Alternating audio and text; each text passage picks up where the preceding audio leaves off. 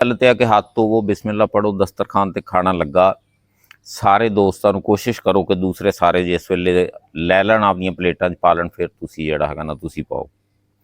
मेज़बान ने अगर तुहानूं सद्दिया हैगा तो उन्हें बंदियां दा उन्हें अरेंजमेंट कीता हुंदा। जल्दबाजी करन दी या डिश दे विच सालन पाउणा, ये नहीं चोक चोक के कुछ इत्थों पा लिया, कुछ इत्थों पा लिया, इत्थों नहीं, एक वड्डेओं पाओ। जे धौण दी बोटी आ गई तो मरन तो नहीं लगे, घरां विच भी तो खांदे ही जे। ये नहीं कि ਉਹਦੇ ਵਿੱਚੋਂ ਲੈਗ ਪੀਸ ਜਿਹੜੇ ਹੈਗੇ ਉਹ ਇੱਕ ਜਣੇ ਨੇ ਪਲੇਟ 'ਚ ਪਾ ਲਿਆ ਤੇ ਬਾਕੀ ਜਿਹੜੇ ਹੈਗੇ ਉਹ ਪਿੰਜਰ ਖਾਣ ਨੂੰ ਜਾਂ ਧੌਣ ਖਾਣ ਨੂੰ ਰਹਿ ਗਿਆ। ਨਹੀਂ, ਇਹ ਕੰਮ ਬਿਲਕੁਲ ਗਲਤ ਆ।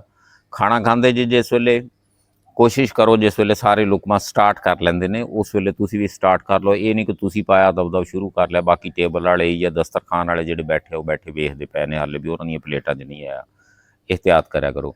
नवाला जिहड़ा हैगा कोशिश करो कि छोटे तो छोटा जिहड़ा हैगा नवाला जिहड़ा हैगा ना वो माओ और उन्होंने चबा चबा के जिहड़ा हैगा।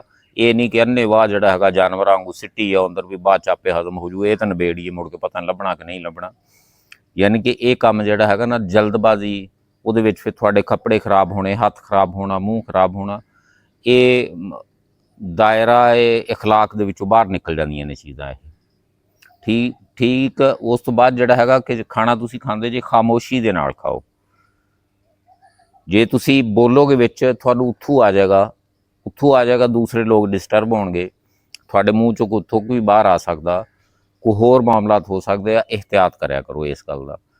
खाना खाण तो बाद जिहड़ा हैगा अलहमदुलिल्लाह पढ़िया करो, रब का शुक्र अदा करा करो, हाथ धो के उस बंदे दे उस मेज़बान का जिहड़ा हैगा शुक्रिया अदा करा करो।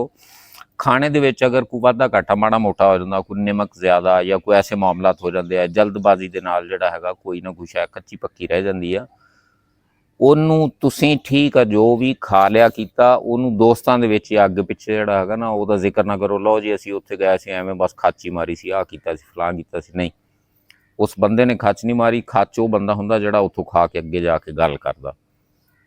हमेशा तो खाना तरीके दे नाल कोशिश करो, कोशिश की करो, अमल करो सुन्नत तरीके दे नाल खाण दी। अगले बंदे दा दीद लिहाज रखदियां होया जिहड़ा हैगा ओहदी हैसीयत देखदियां होया, ये 5-4 गल्लां सन। इन्हां गल्लां दे उत्ते लाजमी अमल करिया करो। बहुत सारे दोस्त ने जिहड़े जल्दबाजी कर जांदे ने, गलत गल है। अल्लाह ताला की ज़ात तुहानूं सारिआं नूं आपदे हिफ्ज़ ओ अमान च रखे। खुश रहो, हसदे वसदे रहो, आबाद रहो। अल्लाह हाफिज़।